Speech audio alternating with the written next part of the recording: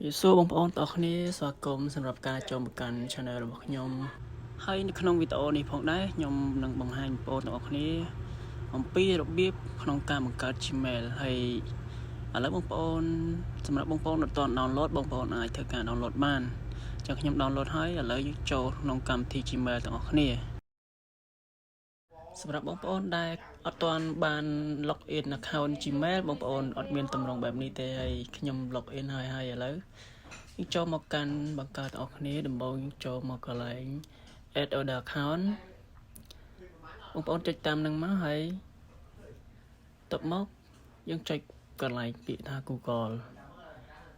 តបមកទៀតចុច continue អូខេបងប្អូនចេញតម្រងបែបនេះយើងចុច create account មកតបមកយើងចុចទៅខាងលើប៉ក់មក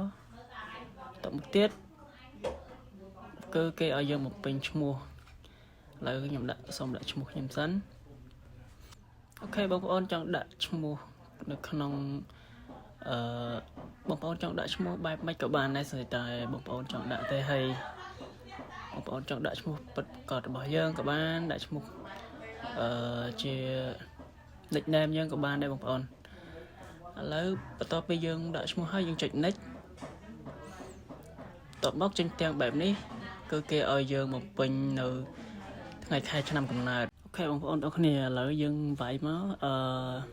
យើងដាក់ថ្ងៃខែឆ្នាំកំណើតយើងមកឥឡូវខ្ញុំសូមដាក់ថ្ងៃហើយដាក់ខែដាក់ឆ្នាំតបទៀតបងប្អូនជ្រើសរើសភេទប្រុសភេទស្រីអីចឹងទៅតបមកចុច next តបមកទៀតគឺគេមានតម្រងបែបនេះជាឲ្យយើងជ្រើសរើសសម្រាប់បើសិនបើបងប្អូនអត់ចង់ជ្រើសរើសemail ដែលគេដាក់ឲ្យទេយើងអាច create នៅខាងក្រោមដោយខ្លួនឯងបានសម្រាប់ខ្ញុំចុចខាងក្រោមតបមកទៀតខ្ញុំសូមដាក់ email សិនបើសិនបើបងប្អូនចង់ដាក់ខ្លួនឯងតែបងប្អូនអាចជ្រើសរើសនៅខាងលើដែលគេឲ្យក៏បានដែរតមកចុច next តមកទៀតបងប្អូនឃើញតម្រងបែបនេះគឺគេឲ្យយើងដាក់ password អូខេបងប្អូនឥឡូវខ្ញុំសូមធ្វើការវាយ password ហើយសម្រាប់ password នេះផងដែរគឺយើងតម្រូវឲ្យគេតម្រូវឲ្យយើងដាក់ជាអក្សរលាយនឹងលេខហើយនឹងសញ្ញាផ្សេងបងប្អូនបើសិនបើយើងដាក់ជាអក្សរសិតគឺគេអត់ឲ្យទេតមកទៀតយើងចុច next ហើយគឺចេញផ្ទាំងបែបនេះបងប្អូនសូមវាយលេខទូរស័ព្ទមកហើយសម្រាប់ខ្ញុំនៅប្រទេសកូរ៉េអញ្ចឹងខ្ញុំវាយលេខនៅកូរ៉េហើយសម្រាប់បងប្អូននៅខ្មែរបងប្អូនវាយលេខនៅខ្មែរហើយតមកទៀតចុច next តបមកចេញទាំងបែបនេះគឺគេឲ្យតម្រូវឲ្យយើងវាយលេខកូដគេតម្រូវឲ្យយើងវាយលេខកូដ6ខ្ទង់ដែលខាងក្រុមហ៊ុន Gmail ផ្ញើចូលក្នុងលេខទូរស័ព្ទរបស់យើងតមកយើង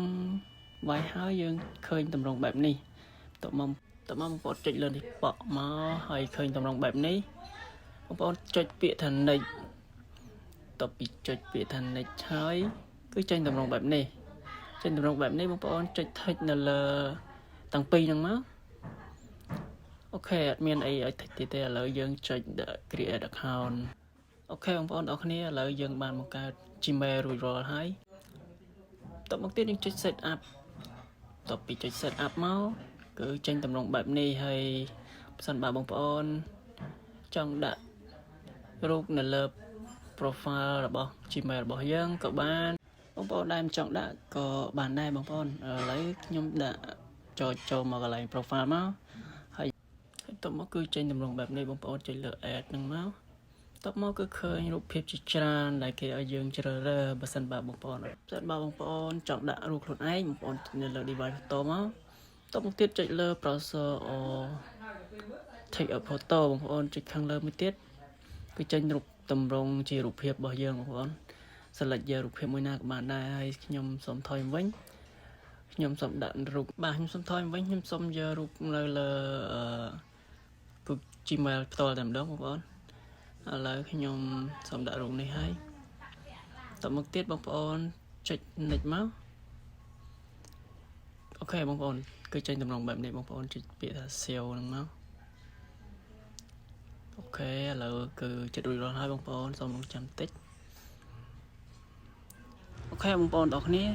ឡូវយើងបានបង្កើតរួចរាល់ហើយ chẳng bông bồn bà sân ba bông bồn kết ta video để bọc nhóm miền bây giờ bông bồn ai cho subscribe mình mũi đầm bầy tụ ban video thay thay bận to pi channel nhóm bạn chỉ trong cõi có xong một con một bôngต่อคนนี้สำหรับการตามด้านทุสนาวิดีโอระบบขยมตั้งปีดามรอดดอจับจำเรียบเรียบ